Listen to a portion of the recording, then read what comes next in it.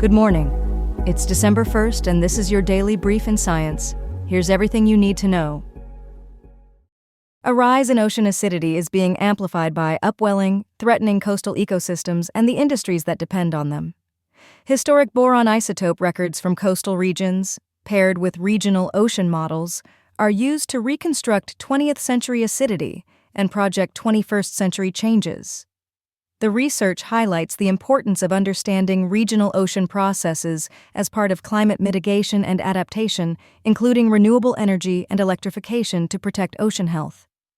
A Nature Communications study on the California Current shows deeper, naturally acidic waters rising to the surface and releasing CO2 from microbial decomposition, which increases surface acidity when it mixes with atmospheric CO2.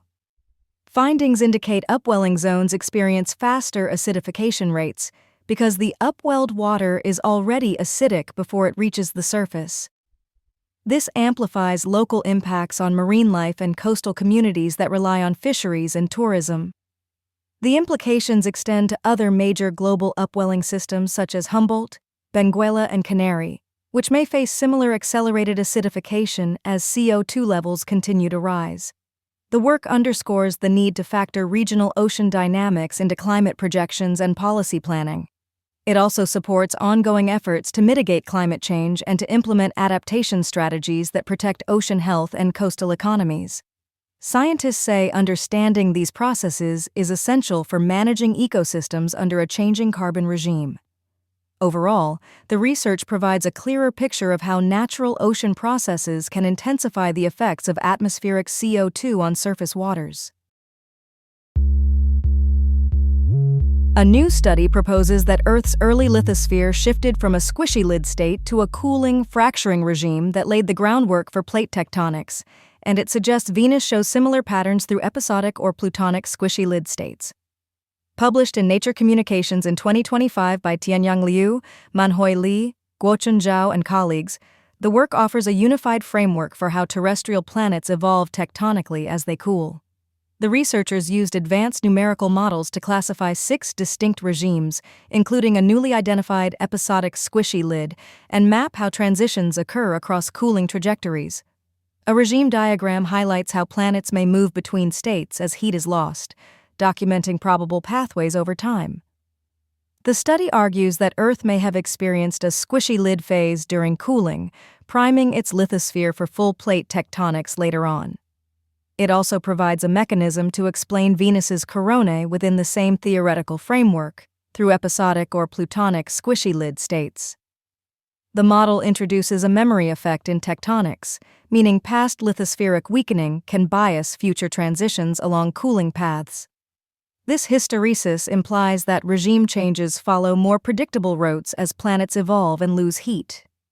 Beyond geology, the findings touch on astrobiology and mission planning by linking a planet's thermal history with atmospheric development and habitability. The 6-regime framework offers a quantitative lens to explain differences between Earth's plate tectonics and Venus's geology, and to model planetary tectonic evolution. A 3-year international effort led by Bangor University and Indonesian partners aims to restore shark and ray populations in Indonesia, the world's largest shark fishing nation. The project blends science with community engagement to protect threatened species while supporting communities that rely on fisheries. Funded by the Shark Conservation Fund, the initiative plans to develop, test, and scale approaches to reduce fishing pressure on hammerhead sharks, wedgefish, threshers, and mobula rays. Indonesia's coastal communities depend on fisheries for food and livelihoods, including more than 2 million small-scale fishermen, so protections must avoid unduly harming rural poor populations. The work uses advanced methods to assess which management interventions work best, for whom and why, aiming for evidence-based and equitable conservation outcomes. Shark and ray declines reflect broader ocean health challenges from climate change, pollution, and overfishing, with global shark abundance dropping by more than 70% in 5 decades. Two-way training and knowledge exchange between Indonesian and British researchers illustrate an inclusive conservation model that benefits biodiversity and local livelihoods. The plan calls for locally led spatial protections and fisheries management aligned with national CITES implementation, backed by researchers, policymakers, and community groups across several provinces. A new off-the-shelf approach shows promise against pancreatic cancer using Allo-15M CAR-NKT cells that infiltrate deep into tumors and reach distant sites like the lungs. In preclinical models, these cells become highly activated with CD69, IFN-gamma, perforin, and granzyme B, while displaying reduced exhaustion and superior tumor control with longer survival than conventional CAR T cells. They also demonstrate antigen-independent cytotoxicity, targeting mesothelin-positive and negative tumors and mitigating heterogeneity within tumors.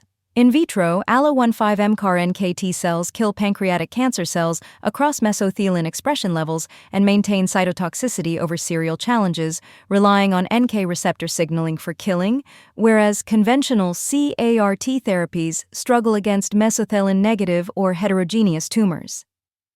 The product is generated from a single-cord blood donor as a highly pure CAR-positive, invariant NKT-positive population over 97%, produced through a 6-week feeder-free differentiation, yielding more than 10 to the power of 9 therapeutic cells suitable for thousands of doses.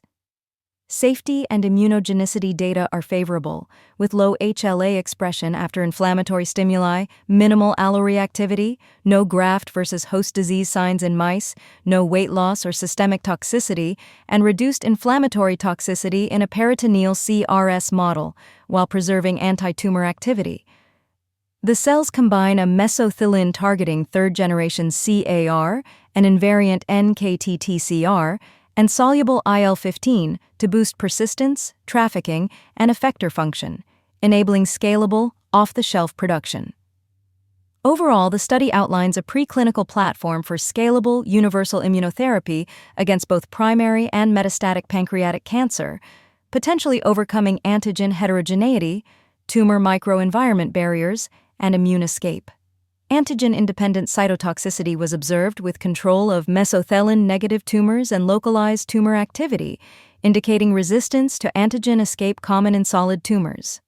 Allo-15M CAR-NKT cells display a hybrid T-NK phenotype with robust activating receptors such as NKG2D, DNAM1, NKP30, NKP44, and low exhaustion markers including PD1, TIM3, and LAG3.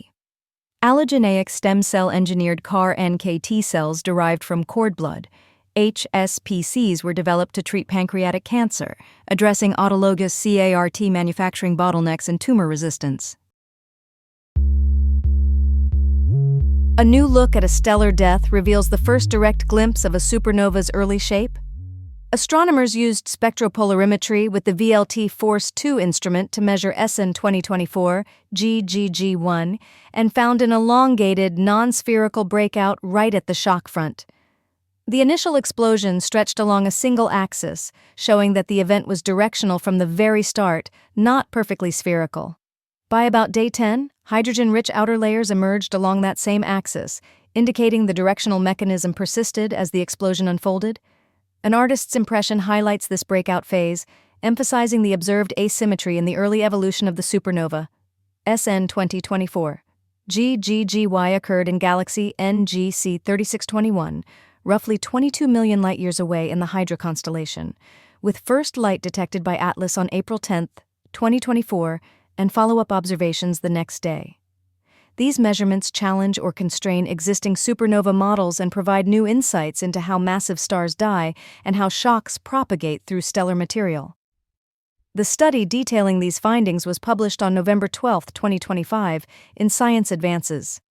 The discovery marks the first direct measurement of the breakout shape, offering a data-driven view of the explosion's geometry from the outset. Researchers say the results help clarify the dynamics of the shock as it moves through the star's outer layers and into space. This has been your Daily Brief in Science. To read more about these stories, follow the links in the episode bio. You can also subscribe to these updates via email at www.brief.news. For more daily podcasts about the topics you love, visit brief.news/podcasts. Tune in tomorrow. We'll be back with everything you need to know.